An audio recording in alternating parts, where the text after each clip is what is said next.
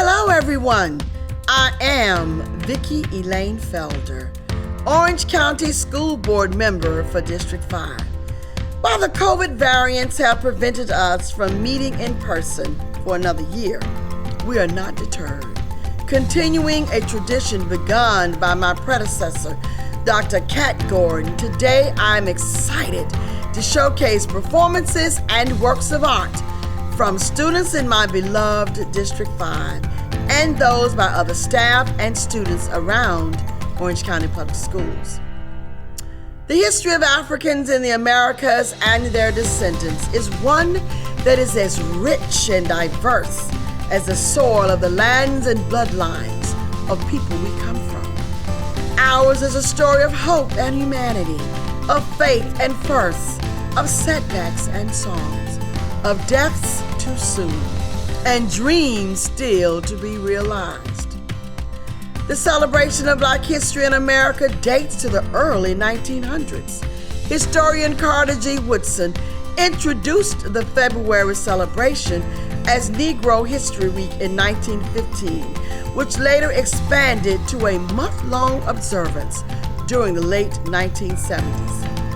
Although not limited to 28, sometimes 29 nationally designated celebration days, the month of February is earmarked to educate, reflect, and cherish the contributions of Americans of African and Caribbean descent, spanning a myriad of realms and industry.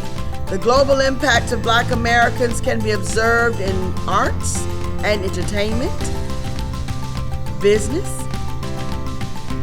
education, politics, religion, and science, among many others. Today's program focuses our attention on the role various forms of art play in the celebration of Black life, Black history, and Black culture.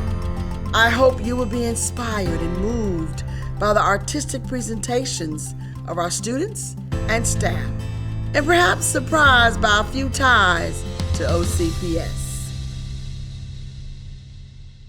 For centuries, dance accompanied by vocal or percussion music has been integral in African cultures, reflecting religious, societal, ritual, and communal celebrations. Stories and customs are taught and passed down from generation to generation through rhythmic movements performed by costumed dancers to mark births, marriages, deaths, leadership changes, any important or festive occasion to express community belonging.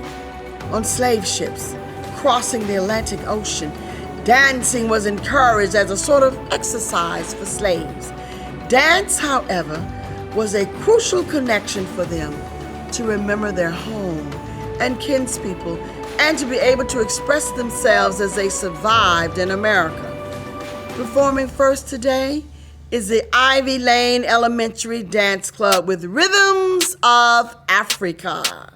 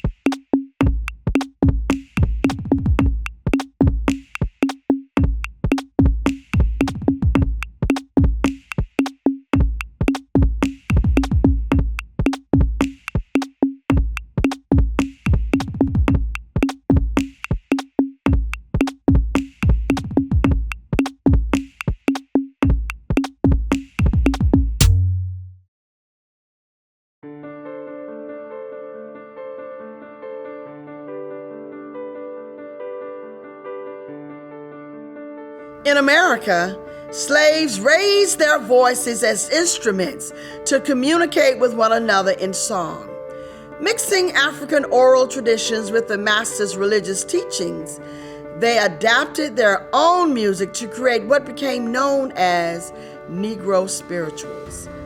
While sung openly, some spirituals were coded with a hidden language to alert one another that the master was approaching or that an escape was imminent. Hear the voices of the chorus from OCPS Academic Center for Excellence sing the old Negro spiritual, Wade in the Water.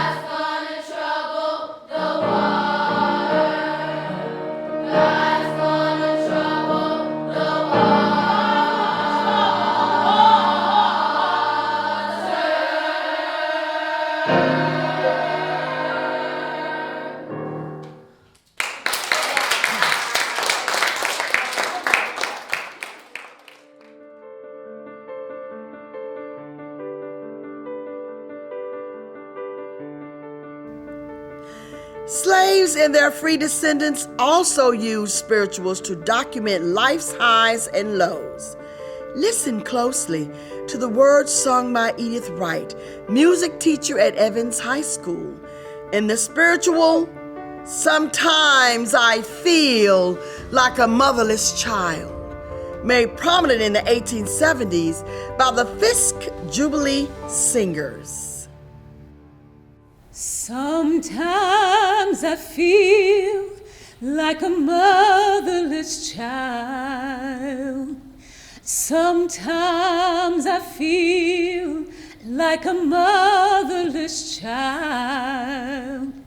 Sometimes I feel like a motherless child, a long ways from home,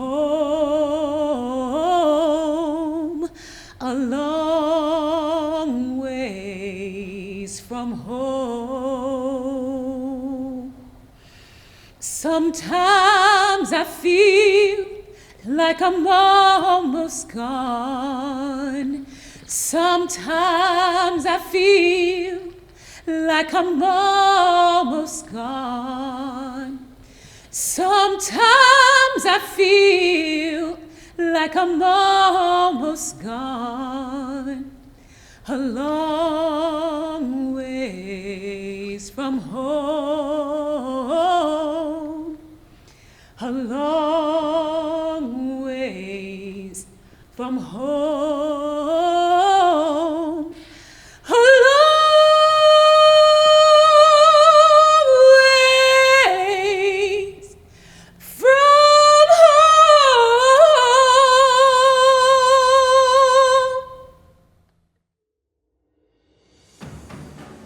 As blacks moved from the slave states in the South to big cities of the North, talented and gifted black artists were defining themselves and what America meant for them, with no holds barred. For an explosion of African American culture and music, art, literature, dance, fashion, theater, politics, and scholarship, one had to look no further than Harlem, New York City, in the 1920s and 30s. From this group emerged such literary greats as Langston Hughes, James Baldwin, and Claude McKay. Since Phyllis Wheatley published her first book of poems in 1773, African Americans have birthed griots in their own right, including Zora Neale Hurston and Gwendolyn Brooks, Nikki Giovanni, Maya Angelou, and Alice Walker, Amiri Baraka, Rita Dove, and Audre Lorde. Nobel Prize winners Derek Walcott, Toni Morrison, and Wole Soyinka. Today we can celebrate the works of the National Youth Poet Laureate, Amanda Gorman, who stepped into our national consciousness at the 2021 inauguration of President Joe Biden and Vice President Kamala Harris. Her words will surely speak to us for generations to come. Let us hear more about Ms. Gorman from the Robbinswood Middle School Theater Group. Poet and activist Amanda Gorman was the first National Youth Poet Laureate named in 2017 and the youngest poet to read a poem during a U.S. presidential inauguration. As an author, her work focuses on the African diaspora, feminism, marginalization, oppression, and race. Hailing from Los Angeles, California, Gorman is the founder of One Pen, One Page, a youth writing and leadership program. The nonprofit organization promotes youth literacy and leadership through writing and social justice education. Gorman attended Harvard University, where she received her Bachelor of Arts in Sociology and graduated cum laude in 2020. In January 2021, Gorman recited her poem, The Hill We Climb, at the inauguration of U.S. President Joe Biden, and shortly after published poetry books, The Hill We Climb and Change Sings, a children's anthem, both featured on Amazon's bestseller list. In February 2021, she was highlighted in Time Magazine's 100 Next list under the Phenoms category. Later that month, she became the first poet to perform at a Super Bowl, reciting her Chorus of the Captain's poem during Super Bowl 55 in Tampa. An excerpt from The Hill We Climb. When day comes, we ask ourselves, where can we find light in this never-ending shade? The loss we carry, a sea we must wade. We brave the belly of the beast. We learn that quiet isn't always peace, and the norms and notions of what just isn't always justice.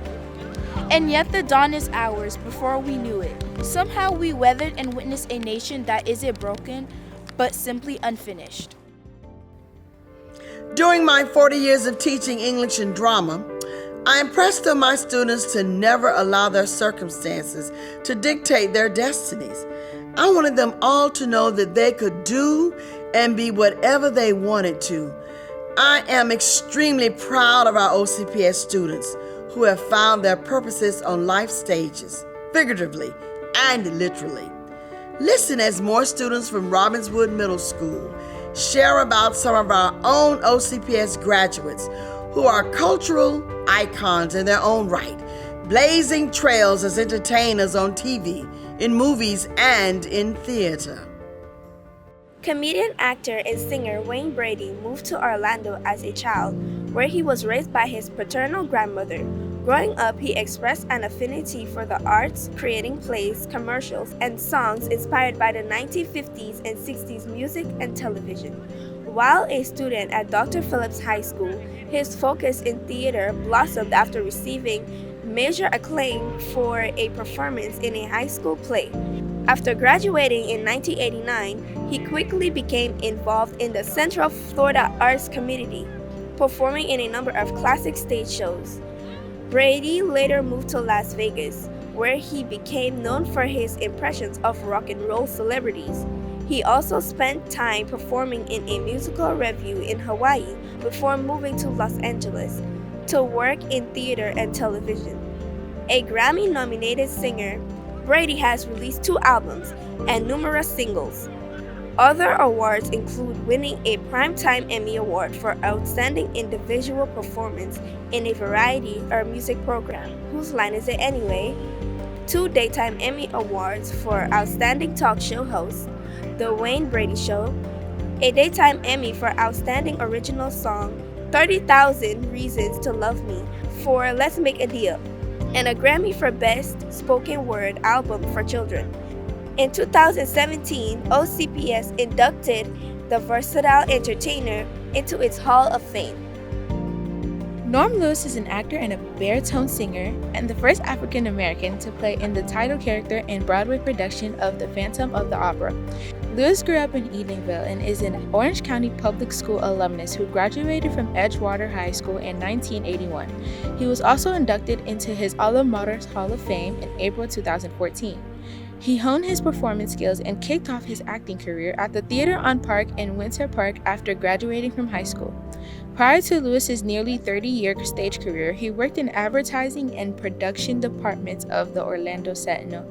From Broadway to Hollywood, Lewis's notable roles include Sweeney Todd in Sweeney Todd, the Demon Barber of Fleet Street, Nathan and Dessa Rose, Porgy and Bess, and Eddie in Spike Lee's film The Five Bloods. Lewis also portrayed Caiaphas in the 2018 live televised production of Jesus Christ Superstar, U.S. Senator Edison Davis on Scandal, William Thomas on Daytime Divas, and Keith McLean on All My Children. His accolades include the Audience Development Committee 2014 Aldalco Special Achievement Award. He also was nominated for Drama Desk and League, Grammy Outer Critics Circle, Screen Actors Guild, and Tony Awards. Michael James Scott is a Broadway actor who is renowned for portraying the genie in the musical production of Disney's Aladdin. It's a role he has played around the world, including Orlando, when the touring production made a stop at Dr. Phillips Center in the Performing Arts in January 2020. Scott was born in Baltimore, Maryland, but his roots are in Central Florida. He performed throughout the Orlando area and graduated from Dr. Phillips High School. Afterwards, he received a Bachelor's of Fine Arts in the Musical Theater for the Conservatory Theater of Arts program at Webster University in St. Louis, Missouri. Scott's other Broadway roles include Dr. Goswana in The Book of Mormon, and The Minstrel of Something Rotten, and a Hud in Hair. He also was legendary actor Ben Veneer's alternate in the international tour of Fosse and performed in Jerry Springer, the opera at Carnegie Hall. He was a member of the Broadway Boys, a group of singers who had performed in various Broadway productions. Scott was featured on the band's debut album, Lullaby of Broadway, in 2010. In December 2020, Scott released his first holiday record, A Fierce Christmas, as a solo artist. Since slavery, African Americans have desired and kept the faith for better days for our people in America. Through segregation and Jim Crow, civil rights, integration, affirmative action, political elections, and more, African Americans still continue to strive for equality and liberty. More than 120 years ago, two brothers from Jacksonville, Florida, James Weldon Johnson and J. Roseman Johnson, penned Lift Every Voice and Sing and put it to music. Termed the Negro National Anthem by the National Association for the Advancement of Colored People in 1919, this beloved song is still taught to and sung by many African Americans. Here with today's final performance is the Jones High School Choir with Lift Every Voice and Sing.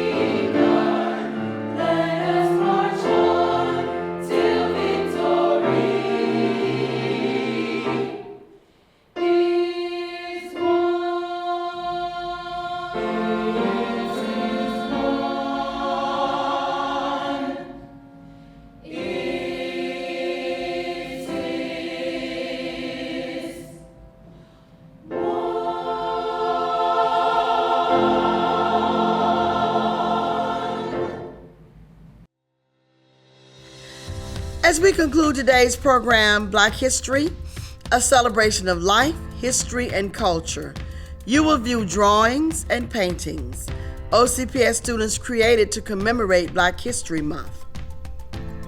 I hope you have learned and been moved by the talented artistic performances and works of art by students and staff from my beloved District 5 and across Orange County Public Schools.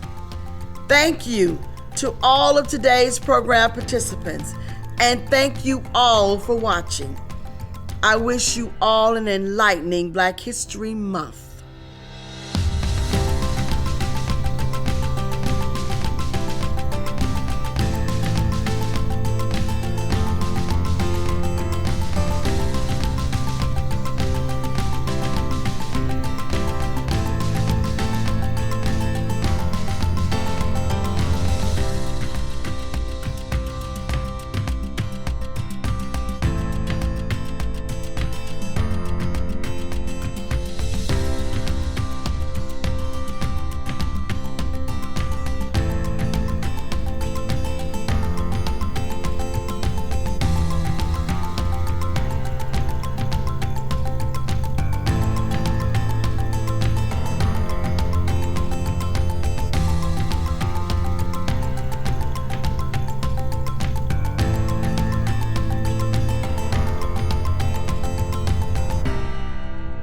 Who can be born black and not sing the wonder of it?